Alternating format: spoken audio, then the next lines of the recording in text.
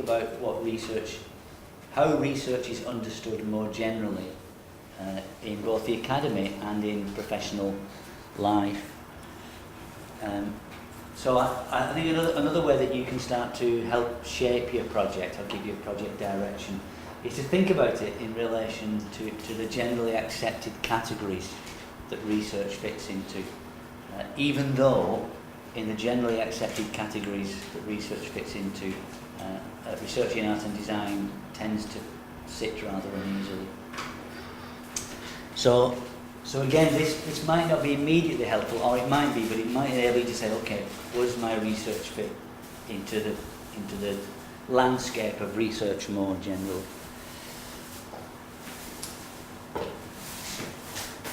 There are three major types of research in an academic sense,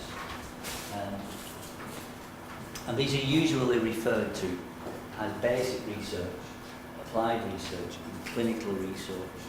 And in this sense, clinical does not mean medical research, okay? But the three major types are basic research, applied research, and clinical research. Basic research, thank you, basic research is research that produces fundamental knowledge of principles or theories and is not related to or motivated by commercial or social application. Yeah, so it's knowledge, the production of knowledge for its own sake. So a lot of research in mathematics, material sciences, it's not how can we make this really cool product, it's what happens when you put this with this, or how can we make this harder or softer or bendier. Basic research is research that is research for its own sake, the production of knowledge for its own sake.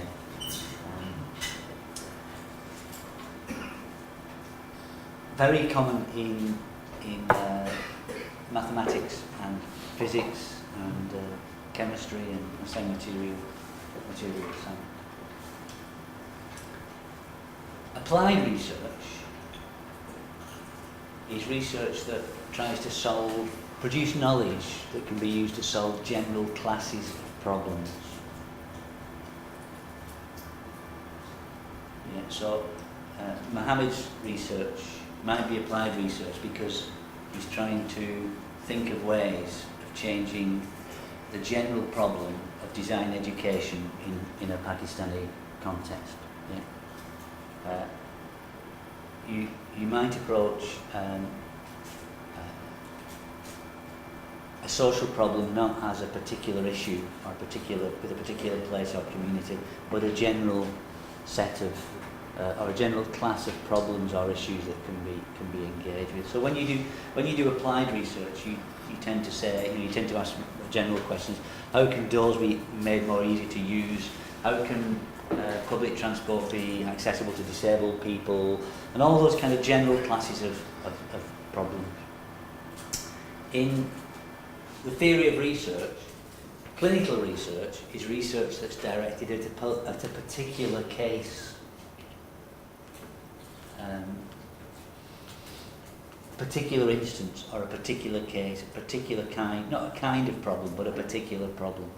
So if you're interested in, if the applied research is about making public transport more accessible for disabled people in Bangkok, clinical research might look at improving access for disabled people at Wong Wee and Yai.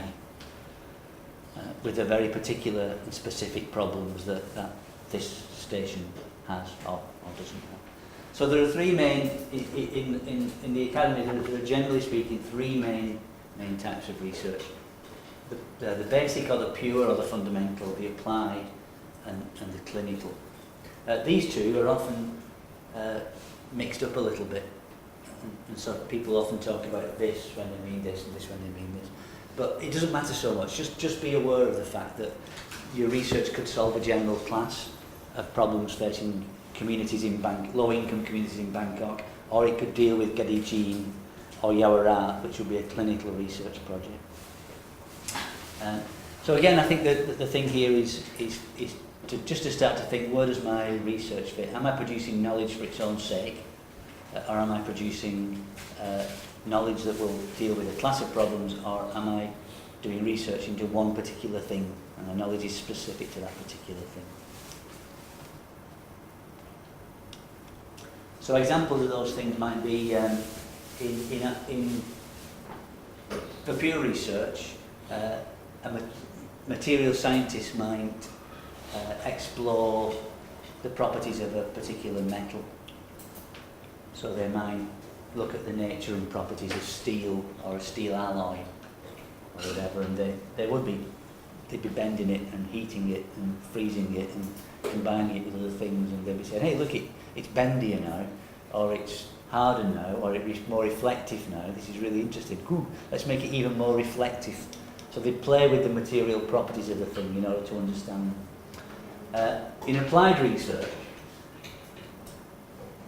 engineers might take the knowledge from basic research and say, how can we use the reflectivity or bendiness of this material in a whole set of different classes of architectural problems or construction problems.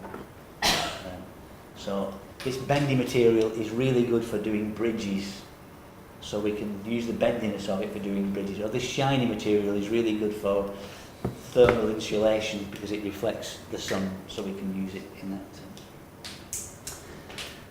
And architects might take the knowledge from basic research and say, okay, this really bendy steel, let's use it to make a really cool facade to this building. And that will be a clinical research. It would be the application of that material to make one particular building look groovy and cool. Yeah. So those are all kind of examples of the way in which the three different major and fundamental aspects of research kind of pan out in relation to material. So again, just think, am I doing basic research? Am I doing applied research? Am I doing clinical research?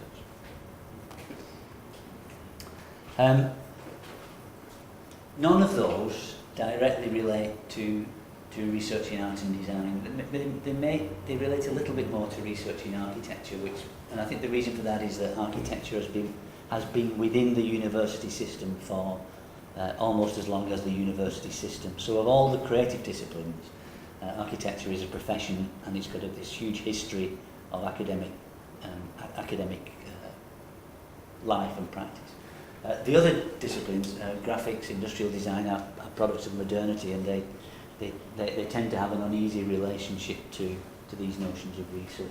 So one of the things that happened in the 1980s and 90s when design programs and art programs entered into university situations was that many people started to think, what are the implications of research for fine art, cinema, industrial design, graphic design, and even to some extent architecture. And during that period, Christopher Frayling, who was the head of the Royal College of Art in London, proposed 3 ways of thinking about art and design in relation to research that relate directly to these general university classifications of applied, basic, applied, and clinical. And there's no direct relationship between these two, but he proposed these 3 models really for people like you to think about, again, where does my research fit? What kind of research is it? Does it fit within here, or does it fit within here, or does it fit somewhere between these two? And he proposed 3 kind of different models. He said you can think of research into art and design, research through art and design, or research for art and design. So into, through, and for. And so it used to be a bit bigger than this, it's a bit small. Anyway, so in the first level, which he said in some ways very similar to basic research, he said the role of research into art and design. Art and design are the object of the inquiry. So you're inquiring into art and design. And in some sense, you're inquiring you're a graphic designer or you're a communication designer and your research is about communication design, not communication design education, but it's about communication design. In the second category, research through art and design, he said art and design are the vehicle of inquiry. So art and design are the way in which you carry out the inquiry itself. And the third, he said that art and design are the outcome of inquiry. And he suggested there's a relationship between these three things, an uneasy relationship between these three models which are specific to art and design and more general models of research that are accepted in the academy or the university. So to give a bit more detail on those, he said research into art and design includes things like art history. So studying art history or design history, dealing with the political or aesthetic or theoretical dimensions of art and design and architecture, questions of perception and cognition in relation to architecture. So a lot of arts researchers look at the way in which eyes move around a painting, or the way in which we understand and process information in particular ways. A lot of arts researchers do very, very much do basic research. So in jewellery departments, for example, you'll have jewellers who are playing with materials rather than making jewellery to sell.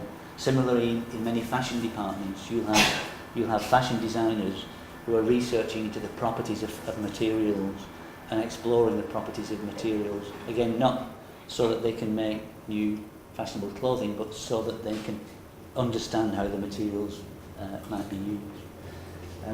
So he said research into art and design it takes art and design as the object of the study. I don't know what you're doing, guys, but I'm not sure whether anybody will do this. There's been very few examples of this kind of research in SOAD. Or maybe some actually. There could be, because some of the things next door look at questions of perception and look at questions of layout of screens. So you could say that is kind of research into art. Research through design, he relates directly to applied research because it's this solving of classes of problems. So interface design principles, or systems of design, or design strategies, or other aspects of research and development that are meant to be applied across similar problems in different situations. And again, many of the things that happen here fit within Fraley's notion of research through design and relate quite directly to applied research. And the last one, which he thinks is the most difficult one for relating art and design to the university, he calls research for art and design. And in this case, the outcome of the inquiry is art and design.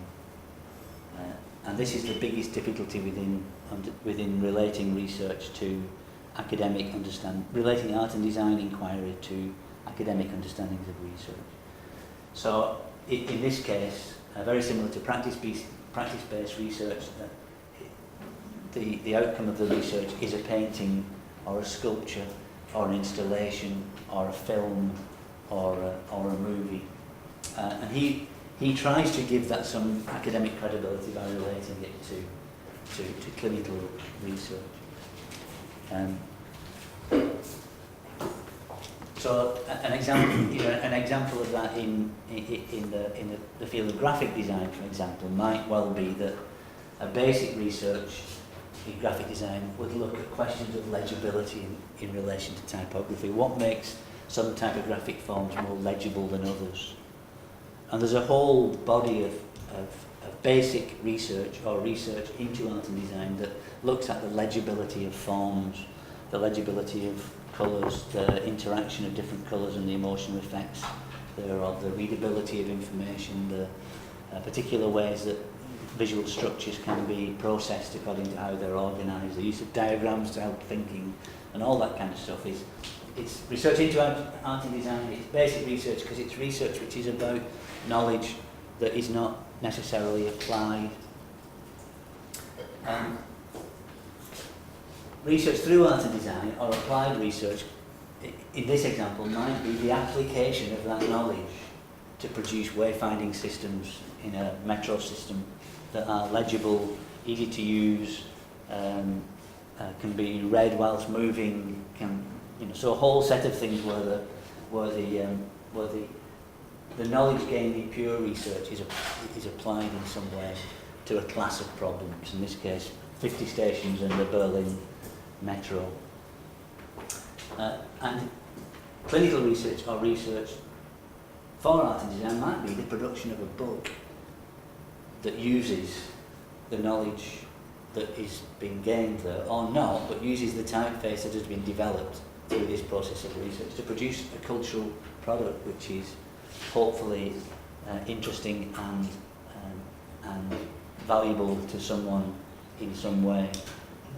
But again, you get a sense of, very strongly get a sense of the production of knowledge because it's interesting and because the researcher really wants to know what the hell is happening here. The production of solutions to classes of problems, legibility of identification of location or navigation or wayfinding within underground transport system, or the production of an object, an individual object that's meant to have some kind of cultural value. So I think those three kind of categories, depending on your subject, might be useful to help you think where you position your research, and it might be worth as you start to move towards your proposal, which is due when? Proposal? May sometime, isn't it? May. Around 8 to 15 days. Yeah. So as you move towards that, I mean, starting to think now, what kind of research am I doing? And also thinking, depending on your subject, I think, which of these kind of models is useful for you guys to help understand your subject. And the vocabulary itself might also be useful in trying to to model and identify and to understand, but also to communicate what your research is about. And that's it for today. So we've done a lot because it's actually two classes put into one. But we've covered a lot of conceptual material there, and they're offered again. None of it is a how to do it, but it's all stuff that you can use. I think, hopefully, that you can use to help you in this process of identifying and clarifying a research project, developing a research project, and particularly developing a convincing proposal. Having said that, I'll say two more things. First thing is that none of this is sufficient on its own because it's just an hour-long lecture. So if you feel that your work involves case studies and is applied research, then you need to know more about case study research and applied research. So my advice very strongly would be to you guys, as you start to think, I think my research is fundamental research, then I think the question then becomes, who else has done fundamental research in this subject? What kinds of fundamental research have been done around my field? And start to kind of develop an understanding of the subject and the approaches that have been devised towards that subject more generally. That's the first thing. The second thing is, not everyone in this department agrees with me about methodology, and you have to negotiate with your advisor, and your advisor is absolutely key to your research.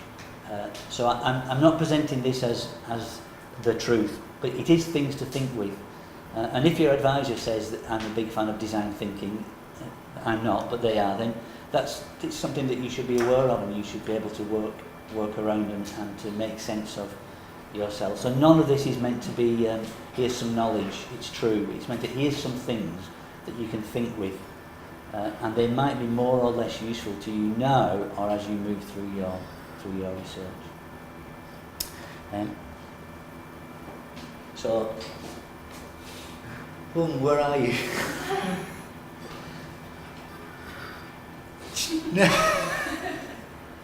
Okay, guys, that's it. I'm available until 12 to to answer any questions or to discuss any points raised from this first 3 weeks in relation to your research. Any kind of question at all. And after this, I think, what happens next week? What happens? Next week, not sure. I have to check the because yesterday I talked with Muk. She said she come to be guest lecturer this Saturday. This Saturday. Yesterday. 3rd of March. I talked with her last Friday. Yesterday. Well, she's not here. Sorry, I concerned about it. Yeah, well, anyway, so one thing is clarify the schedule, guys, so you know what's going on. Yeah, I think what's interesting about what will happen to you next is that you'll get quite a few different people will come in and they'll all offer you their perspective on research. He said to me, 2 weeks, this Saturday and next Saturday, our alumni will be guest lecturer. And after that, Ajahn Veerapat from Chulalongkorn University to view the class. Can you just check so you know what's going on? And Muk told me she's coming on the 3rd of March, which is next week. So yeah, because guys, what will happen in the rest of the classes, I think 2 main things will happen is a number of different people will come and like I did, will offer you a perspective on research and they say this is what research is.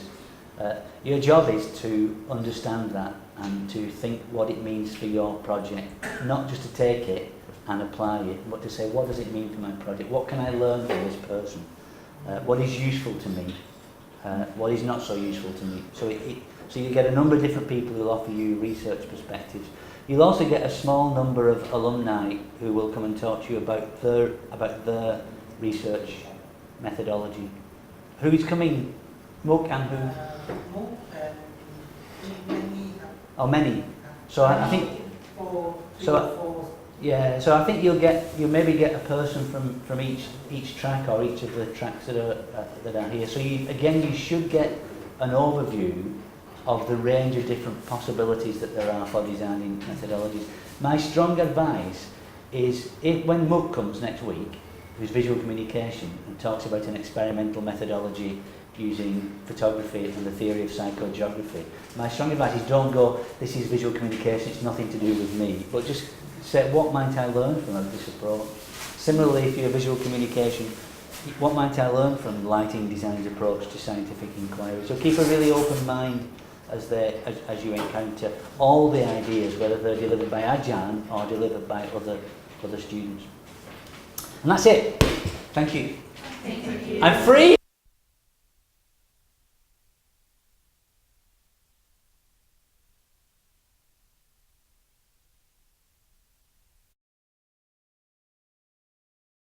The notion of conversation. So there are a whole set of methods that are conversational in nature. So look, observing people will tell you how they behave. Talking to people can tell you what that behaviour might mean to them. So observing addresses a subject from the outside. Conversing addresses a subject in its social dimensions or its social meaning. And again, this is another broad grouping, and within that, if you say, in order to answer this research question, I need to talk to people, then your job is to say, okay, how can I find out how to talk to people? What kinds of talking to people are there in research? How do other researchers talk to people? What might it mean to talk to someone? How do I talk to someone? How do you design a method of talking? And again, the reason why I don't say interview though is because interview is one form of method of talking. There are many other ways in which architects, designers, anthropologists talk to people. So for example, you could do a one-to-one interview, a formal interview or a structured interview with 1 million people using exactly the same questions. You could do a group interview or a focus group, which is much more open-ended and exploratory. You could do what a lot of architects are doing at the moment, which is called a walking interview, where you walk around an area with local people and get them to talk about their memories or understanding of the space. So there are loads of different ways in which practicing, experiencing, observing and conversing can be turned into methods that will help you answer the research questions that you're faced with. And final one is the final big set of method groupings is collaboration or collaborating with people.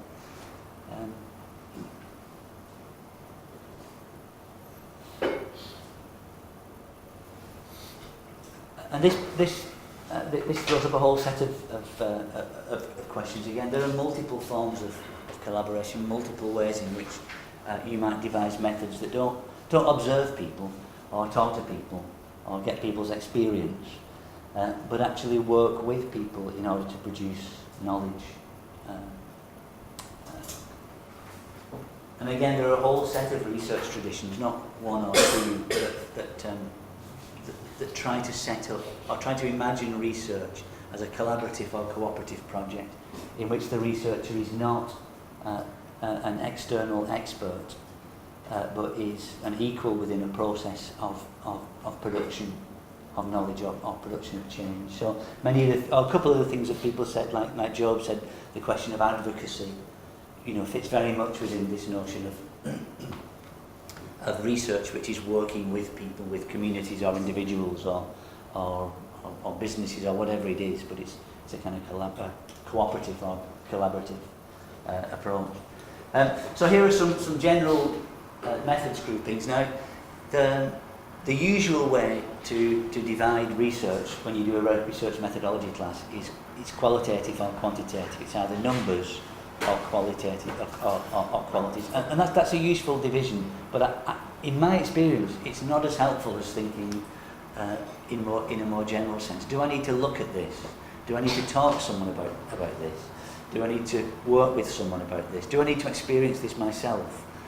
Do I need to make a drawing or a photograph or a model or something else? So I think that these things can be a useful way. They don't give you the method, but they point towards methods other people have used or designing methods for yourself. Okay, so you've got methods, and that's one thing you have to make. What method do I use? Yeah. What's it going to be? Is it going to be talking, looking, making, collaborating, whatever? There's another important aspect of methodology which I think we should deal with, and that is there are some very broad strategies of inquiry, and these again might help you in thinking about your research, might help you to make decisions make decisions about what to do or what not to do, if you like.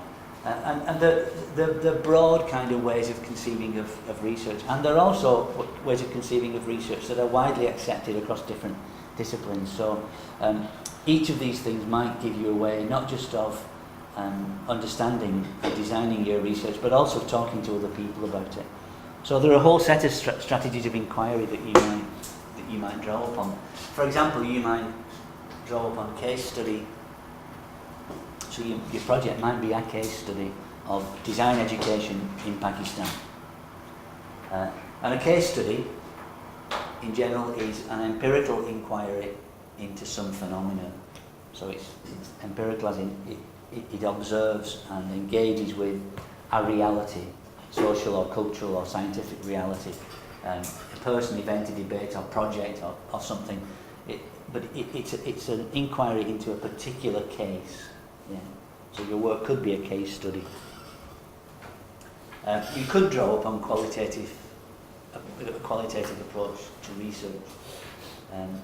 And in general, qualitative research is the study of social phenomena in the natural setting or the social setting. And so if you want to study Thai teenage motorcycle gangs, you hang out with Thai teenage motorcycle gangers where they hang out, and you talk to them, and you observe them, or you converse with them, or you work with them. But a qualitative inquiry engages with cultural and social issues where they are.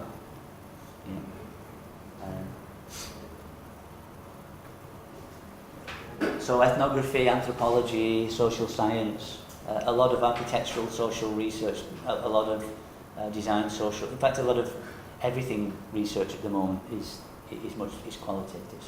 So for qualitative research you're looking for insight into human cultures and societies and relations, and you study them where they are. Another strategy of inquiry might be simulation and modelling. You might, if you're an architect or if you're a lighting designer, you might simulate daylight over 10 years on a particular facade of a building, or you might simulate heat loss in a condominium or a concert hall over a number of period of time. And simulation and modelling means you replicate the real world artificially in order to study it. And you're looking ways to model the real world so you can predict how something will behave in the future. So you can see that it's kind of quite different to a qualitative approach or qualitative strategy. And this tends to be a social science background. This tends to be a more scientific background, but not entirely. So very strongly used within architecture and urban planning and lighting.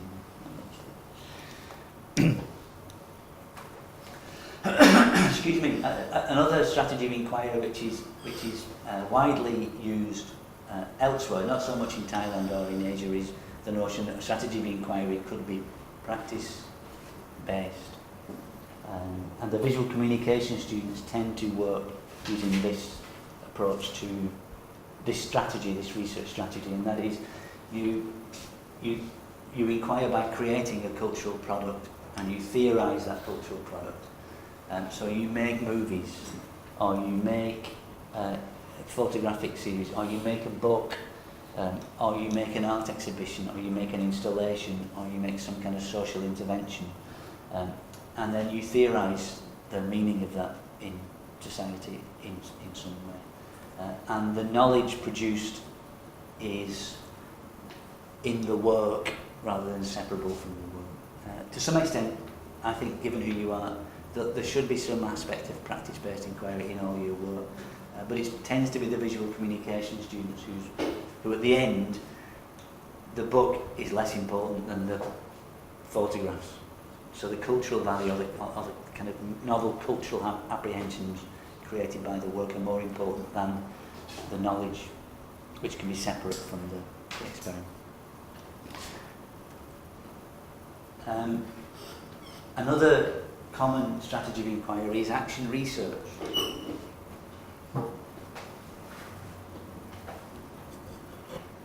And action research is really interesting for you guys, and I think there's lots of possibilities and crossover between action research and some of the socially orientated or socially conscious or community conscious work that many of our student projects, not all but many, engage with.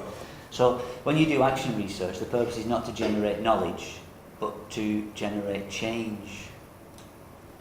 And the success of an action research project is not on the book, but on how that research project changes social relations or organisational relations in some way.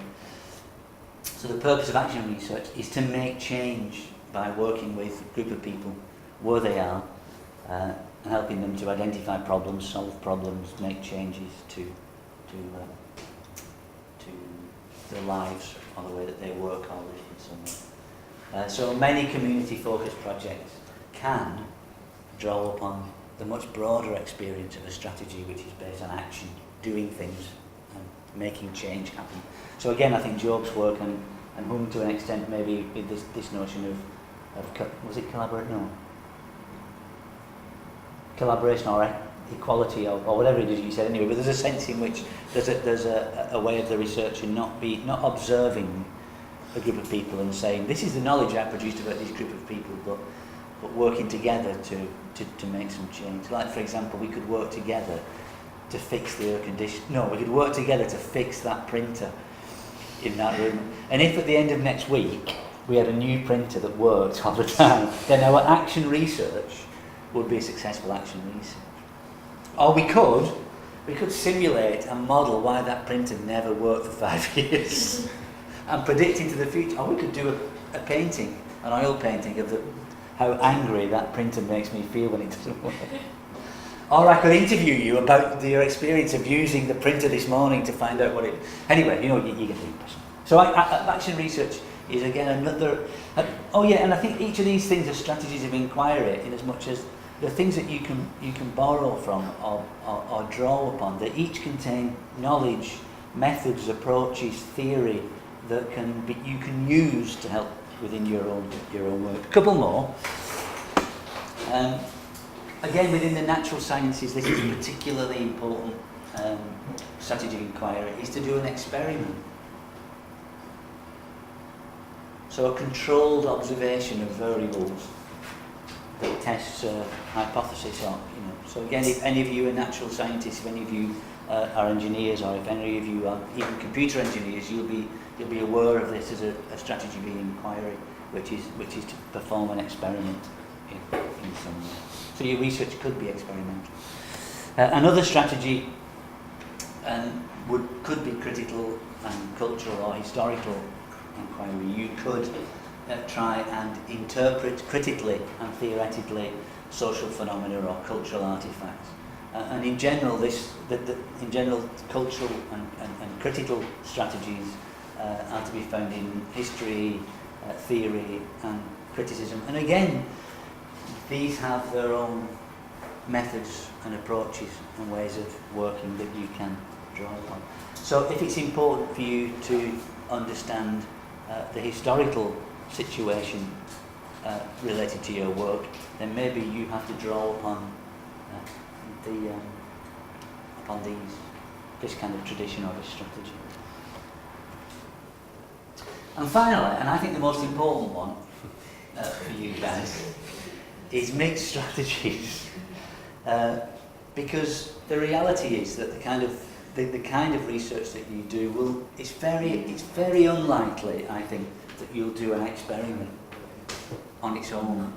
Really unlikely, I think. It's very unlikely that you'll just do simulation and modelling, because you make things that people use or people live in or people experience.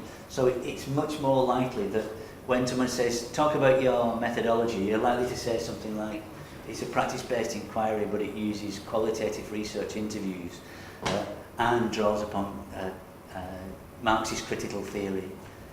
So it's much more likely that when you're thinking about putting together your proposal, you'll not be looking in one area of knowledge, but you'll be mixing together different areas of knowledge. Okay.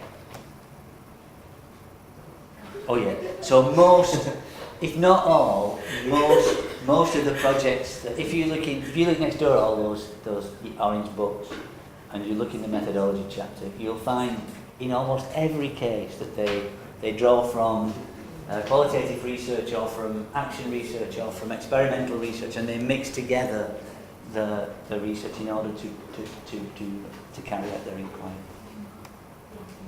Okay, so you've got methods. So you might think, how do I answer the question? You might think, I'll need this particular method. Or you might answer the question by thinking, is there a strategy I can draw on? And what methods do they use? And that leads to the final definition, which I think is the most important one of all, really. And this is what methodology really means in an academic research context. So the methodology is not the method. The methodology is not just putting the methods together. The methodology is how you explain, justify, and theorise your choice of methods. Yeah, and this is the really important part, and this is the bit where you'll have to work the hardest of all, I think. So it's not, I'm going to use interviews and photographic observation and an experiment. It's why are you going to use those things? what is it about those things that you think will enable you to engage with and understand and produce knowledge about your subject? So in general, methodology is used in a very loose way. We'll say, what's your methodology? Oh, I'm going to do interviews. Actually, interviews are a method. The methodology, it becomes methodological when you say, I'm going to use interviews because I need to understand people's perspective on this from a first-hand understanding. Or I'm going to use observation, photographic observation, because I want to understand the behaviour of people in this situation of blah, blah, blah, blah. I'm going to use sketching because I want to do this. And so I think that the really important aspect of methodology as you're starting to face it in your proposal is it's not just selecting methods, it's selecting methods that answer particular questions and knowing why and being able to say why and justify why and defend why you've chosen those methods. And that's the most important part. And at the end of your studies, when you do your defence of your research, this is one of the major ways in which you'll be challenged. Why did you choose to do your study in that way? What other ways did you consider? What made you think that method is the right way to find out X? Why would this choice of methods answer this research question? And when you write your methodology chapter, that's essentially what you'll be doing. You'll be saying, here's the question, or here's the main question, here are the sub-questions, here are the methods I chose, here's why I chose them, this is what happened. Is that it? Okay. So we covered quite a lot there, I think. So we move from common sense to professional understanding, which is important, which is how do you choose actions that get things done, to a more academic sense, which relates relates methodology to knowledge production. We looked at particular strategies that you might draw upon and might learn about in order to help you design the proposal which is really works for you. And then we looked at just simply clarifying these terms.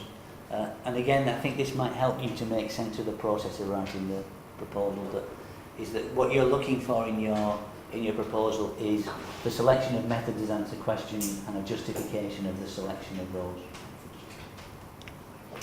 Okay, we're going to take a quick break, and then I'm going to do one really short thing after, which is to just again give you a little bit more, another set of tools that might another small set of tools that might help you as you start to put together your proposal. Okay, we'll take a quick break now. Okay, thank you.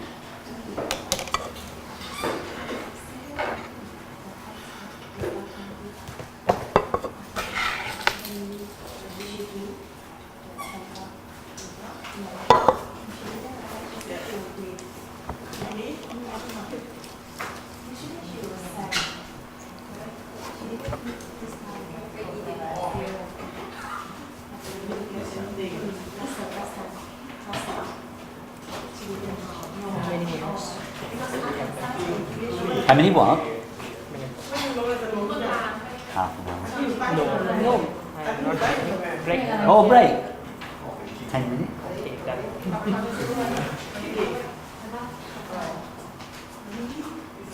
Let me do this back now. This is so cute. If you want. So setting out what you want to achieve through doing the research. And the second thing was the notion of a research question, which is a formal relationship to say how you will, or a formal statement that says what it is about this that you are exploring. So this is what guides the purpose of your research. And again, I think as you work with your advisor on your proposal, one of the things that they'll try to really help you to do is to clarify your statement of purpose. So it's feasible, so it's relevant, original, and hopefully personally meaningful, but also that it's researchable and feasible. And then they'll really help you to identify and sculpt or craft a really good research question. And I think these two things as you're working on your proposal, I think these things are much more important at this stage than any kind of description of the topic or any kind of long context of any kind of descriptive work or any kind of discussion of the context of the research. It's really important that you start your proposal with very, very clear statement of purpose and very, very interesting research question. Okay, so what we're going to do today is I want to do something else that carries on with this a little bit, but makes it a little bit more formal. So what I tried to do in these 3 sessions was not to tell you how to do it, but to try and give you some ways of framing these early parts of the research project. So the thing that interests me is less the proposal, but more how do you get towards a proposal? You know, what gives you the kind of intellectual tools or intellectual ammunition to make an interesting proposal. One of the things, what I want to do today though is I want to give you some more tools to frame your research and a kind of and a vocabulary and set of concepts that might help you think, okay, I've got my statement of intent, I've got my research question, what kind of research am I going to do? So I want to do 2 things. I want to give some tools and some concepts that might help you say, okay, this is the kind of research I'm doing, or this is how I might describe my research. And then before that, or well, actually at the same time as that, I want to just really return to the nature of this question of methodology and clarify for you all what methodology actually means in general, but also specifically in the context of your research.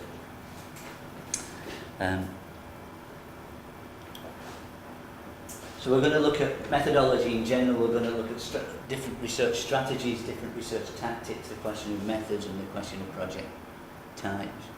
And this is another David Shrigley graphic that is kind of the learning objectives of this class. So at the end of the class you can position yourself in one of these aspects of the Venn diagram. Those who don't get it, those who get it, those who are very confused, or those who realise there is nothing to get. So you can position yourself in relation to this. Okay.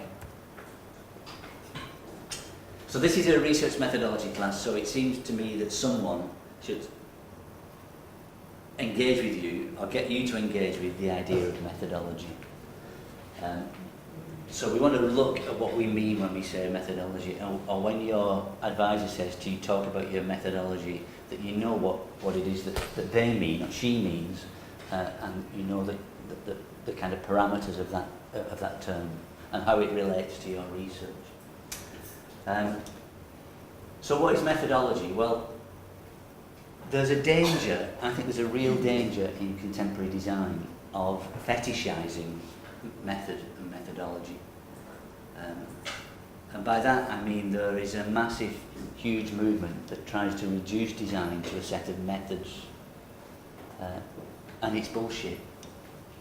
So this kind of IDEO design thinking, you take some methods, you put them together, and you kind of turn a handle, and at the end you get design, is a real mistake, I think, and I'd strongly advise you to avoid it or treat it very critically.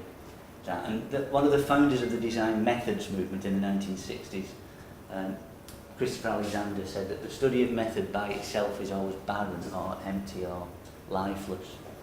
No one will become a better designer by following any method blindly. So the first thing I would say to you is that the design of your methodology or your choice of methods will not solve the problem on its own. There's no off-the-shelf methodology that you can get. Design thinking is a form of marketing, and you need a much more critical understanding of the relationship between questions and methods and subject than you will get from those kind of off-the-shelf methods. What is methodology? in an everyday sense, we talk about method or methodology as simply a way of doing something. So how do you fix something? What method will you use to fix the door handle? I'll do this. Or what method do you use to find out something? You know, I'll Google it. Is a kind of method. So in an everyday way, it's just a way of getting something done. And I think that's a really interesting aspect of methodology that you shouldn't lose sight of.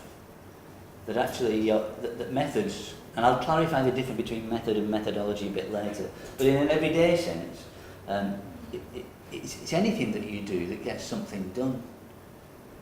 So making a phone call, or Googling something, or checking in a book, or hammering a nail in something is a kind of method. It's what we do to achieve, to change something from imperfection to perfection, or from not working to working better, or from the existing to the preferred, as Hubert Simon said. For professionals, methodology means something a bit different, and for professionals, it's a systematic way of getting something done. And that kind of differentiates methodology from an everyday sense of getting by or working with what you've got, in as much as it introduced this notion of system or plan. And again, I think that's something that's really important to your research. That you will be doing things, and there might be times that you have to improvise, and there might be times where, in order to get something done, you fall back on an everyday understanding of method and do something that's not in your plan. But in general, overall, there'll be a plan that kind of frames your activity. So there's a sense in which I think both the everyday and the professional view of methodology are significant for you guys.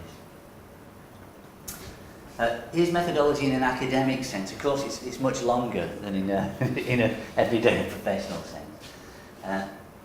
And this is an academic view. It's not necessarily the view that I would adopt, but it is a generally accepted kind of academic view that methodology means a selection of appropriate methods, ways of gathering data.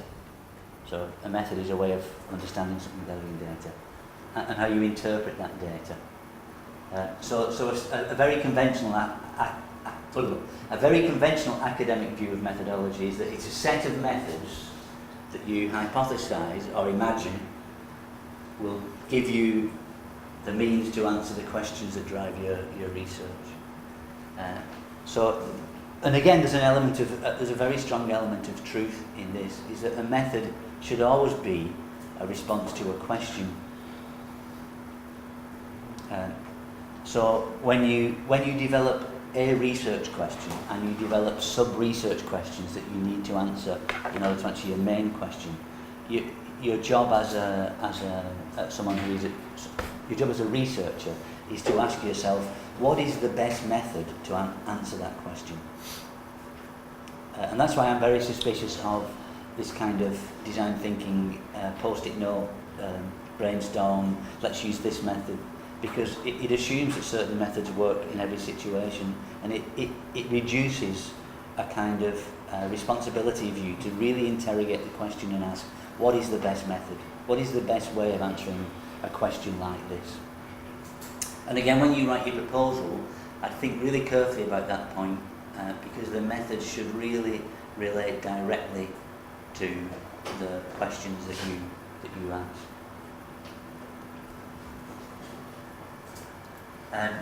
What is methodology? Let's try and go a little bit deeper. Well, any ology in the English language has a particular meaning, and ologies just mean knowledge or study of something. So all the ologies are kind of epistemological. They're about knowledge. They're about how knowledge is gained or represented or used. So something like psychology is knowledge about or study of the human mind. Biology is knowledge about or study of the human body. Methodology is study or knowledge about methods, procedures, techniques, or practice. So another way to think about methodology is that it is not just using methods, but asking what are methods for? What does this method mean? What is the philosophy of this method? What are the implications of this method? And actually, I don't do it here, but the word method itself is from the Greek methodos, and it just means to find a path or to work out a path. And I also think that's a really lovely way of thinking about methodology that drains some of the kind of scientism away from it. Is that it's the procedures, techniques, and practice that you use to find a path through your research. What kind of methods will get me from here to the end? So another way to think about methodology is that it's to bear in mind that it's not just I need a method, I'll use this. It's a much more critical relationship to methods. What does this method mean? If I use interview as a method, what does that mean? What are the implications? What am I saying about what does that method say about my philosophy? How does it respond to my questions? What is it as a method that makes it work? So again, I think that each of these definitions has something that might be useful and interesting to you, and I think this one is that the methods themselves are not transparent, and the methods themselves are not neutral. They all have philosophical, political dimensions potentially. The difference between a questionnaire, a structured interview, a focus group, or walking around with someone in their neighbourhood asking them questions, each of those things are ways of talking to people, but each of them has a different kind of dynamic and will produce different kinds of knowledge. And thinking carefully about that philosophically is really important to you guys, I think. So we have this kind of everyday sense, which I think is the background. Like it's anything that gets you what you need, anything that moves you on or gets you something that you need to know. These two kind of broad senses of methodology. In professional sense, the planned use of various methods to solve problems, explore issues, produce solutions, ask questions, develop understanding. And in an academic sense, the study of the methods used by and principles underlying particular sciences, disciplines, or fields of knowledge. And I think you as master's students, you can negotiate between these two things, or you move between these two things.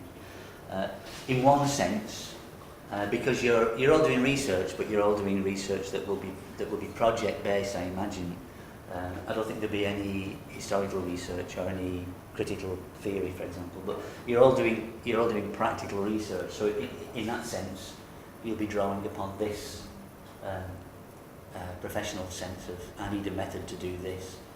But because you'll be writing critically about your methodology at the end of your studies, you'll also be drawing on a much more academical and critical sense of methodology. So in an academic sense, study of methods used by and principles underlying particular sciences, disciplines and fields of knowledge. So one thing I think it would be useful for you guys to take your studies seriously and to locate your studies and to locate your research is to just briefly remind yourselves of the major fields of knowledge, because you'll be relating to these as researchers.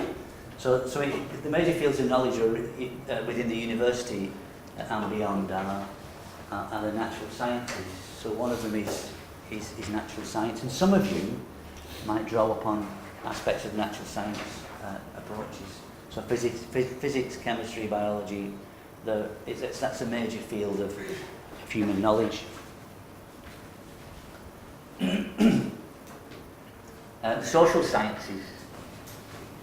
So another field of knowledge is the social sciences, and that might include sociology or anthropology or ethnography. So natural sciences tend to understand the physics of the world or the chemistry of the world, and the social sciences look for the social chemistry or the cultural chemistry of the world. And then the other major field is the humanities, which looks at literature, the arts, criticism. So again, attempt to understand humans through the cultural artifacts that they produce, rather than the social sciences, which tends to look at try to understand human beings through the way in which they organise their social relations and lives. Now, one thing you'll notice from the major fields of knowledge in the humanities is there is not one that says architecture and design. And again, I think that's a really important thing. And that's because really we are a productive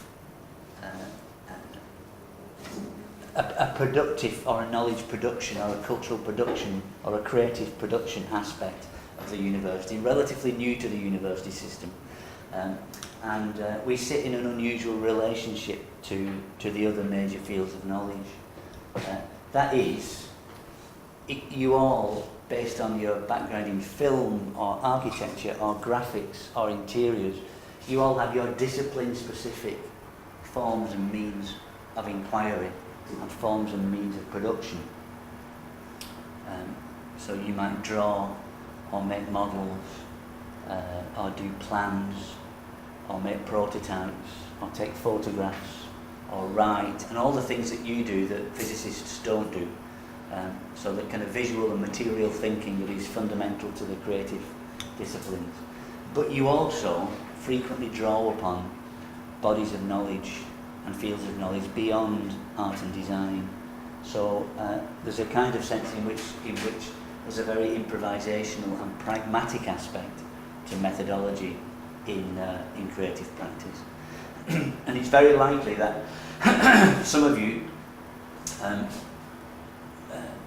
architects, perhaps you might draw on the natural sciences in your work, so you don't want things to fall down or fall off or break apart. So it might be that you have to draw upon knowledge from the natural sciences in thinking about your methodology and in answering the questions that you're asking. Again, as architects, you might draw on sociology or anthropology. You might want to know how people use a particular space, or draw on existing studies of how people use a space to create new spaces. What kind of structures are used for particular forms of interactions? What kind of structures invite people or repel people? And similarly, as an architect, you might draw upon literature, the arts and criticism. You might draw on theory of architecture. You might draw upon literature or cinema as evidence for the ways in which people imagine or use space. So, one thing to bear in mind is one of the things about creative practice, which I think methodologically is quite distinctive, is that these two kind of separate or distinct or discrete forms of working nearly always come together. So there's always what you do as creative individuals, which is to do what you're all doing, which is making scribbles or notes or diagrams or writing or whatever. So all the kind of visual and material thinking, the makingness of things, that's one thing. But in a master's research project, you will draw upon other fields of knowledge and integrate those within your own work.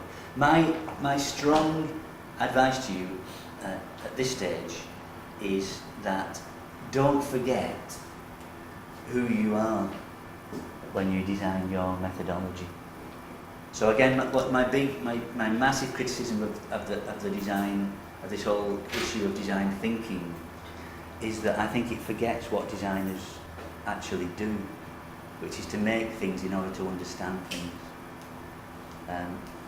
And it replaces many of the things that designers have done and architects have done for decades, if not centuries, such as making scribbles, drawing notes, using sketchbooks, with these kind of off-the-shelf methods that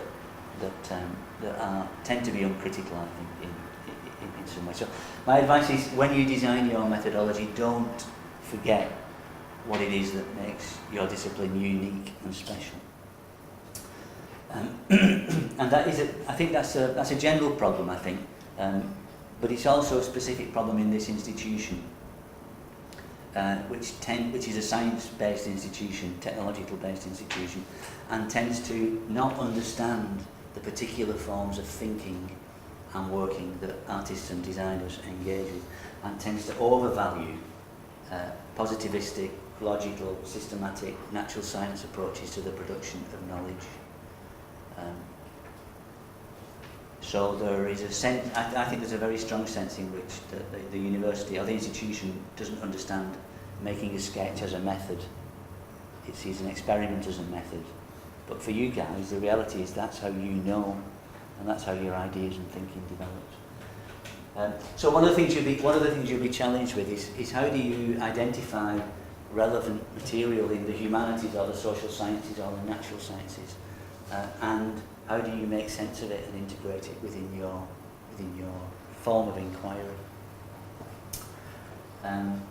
So again, this is just to give you, when you ask your major research question and when you develop a set of objectives or sub-research questions, and you say, how is the best way to answer this question? That's a method. But you might also ask yourself, where do I find advice on how to understand this? If I need to understand people, if I need to understand a culture over time, if I need to understand the social relationships within a community, it's not necessarily here, but it might be here, or it might be here. So knowing what is there is also really important.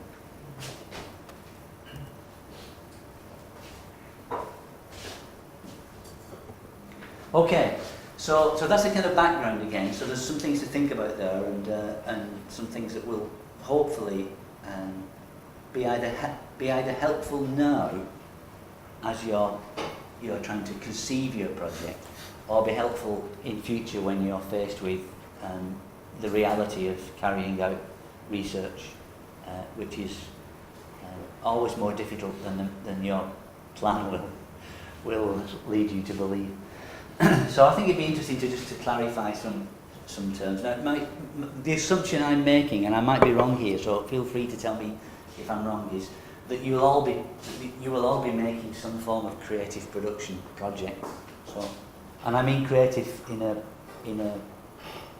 a broad sense. I mean creative as in making something new happen, and it could be a new thing, it could be a new product, or it could be a new set of social relations, or it could be a new process or something. But it's creative, and it will involve production. So I don't think anybody's doing theoretical work, or anybody is doing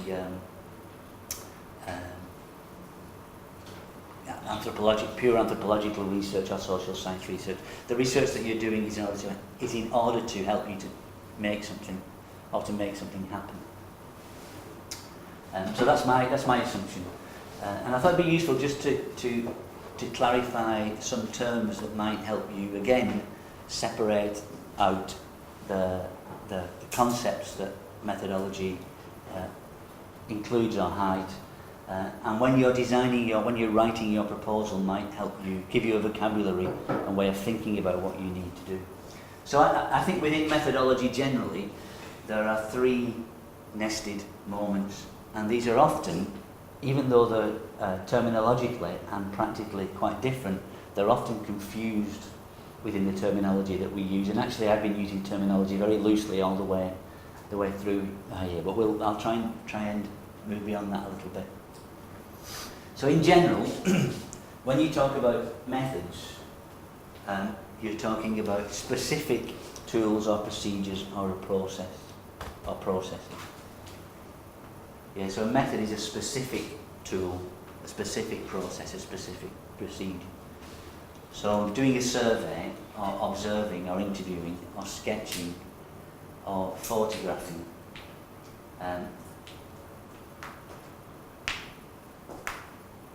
are methods. So drawing, modelling are methods, interviewing, observing are methods.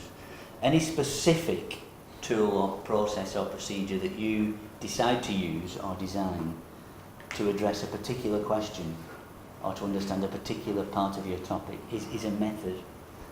And I think it's useful to think about the way in which you might understand methods for your work.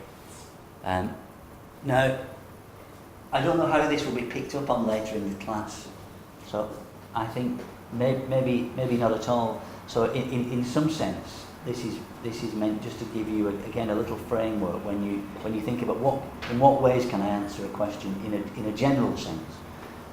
I think there are a number of broad groupings that you can use to understand methods or to classify methods. And I assume this is the first one, and this is that you can answer questions by using methods that involve practicing. And my assumption is that you're all going to do this anyway because you're artists and designers or activists or whatever, and you have your own ways of practicing. So again, I'm presuming you will make things. How do I answer this question? I make a model. How do I answer this question? I need to do a plan. How do I answer this question? I need to take photographs of some people in this environment. So one thing is I'll assume that you do that. And the second kind of big grouping of methods that you might think about are methods that involve direct experience. So there are a whole group of things that are experiencing methods. And they really focus around first-hand or subjective experience as a form of inquiry. This is what our university does not understand. So there are a whole set of methods that involve both experiencing things yourself and critically reflecting upon the experience, and finding ways to access other people's first-hand subjective experiences so you can understand more deeply a subject. So there's a set of things where you might say, how do I answer this question? The only way I can answer this question is by experiencing it myself. If you're a roller coaster designer and you want to work out if your new roller coaster works, you could measure the physical properties of it, or the velocity versus the whatever they call it, or you could get on the bloody roller coaster and see, And again, if you want to understand how good a roller coaster is for human beings, you could analyse the physical properties of the roller coaster, or I could get you all on the roller coaster and say, what was it like? It was boring, or it was terrifying. So those first-hand things, and the notion of first-hand forms of inquiry and first-hand experience are of particular importance to you guys, because you're all producing cultural, social experiences, whether they're buildings, events, objects, publications. They're experienced by human beings in real settings, and understanding how they're experienced is a really big challenge to and you'll never find that out through natural science research. You'll never find that out through doing the questionnaire. You'll only find that out by imaginatively thinking about ways of devising first-hand methods.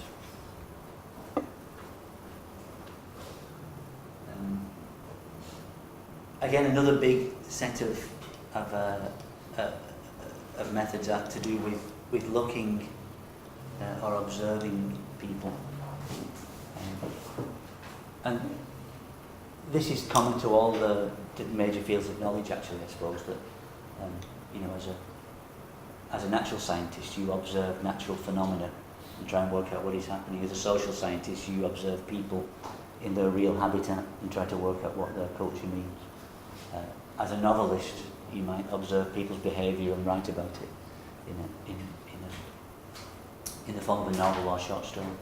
So again, one of the questions to ask yourself when you're faced with when you're trying to work out how do I answer this question is to say, can I answer it by observing people, by looking at people? And if you do that, then as in each of these things, you can then ask yourself, who observes? Who has written about observation? What knowledge is there about observation? What forms of observation are there? And that might take you to anthropology or to ethnography or to some aspect of social science.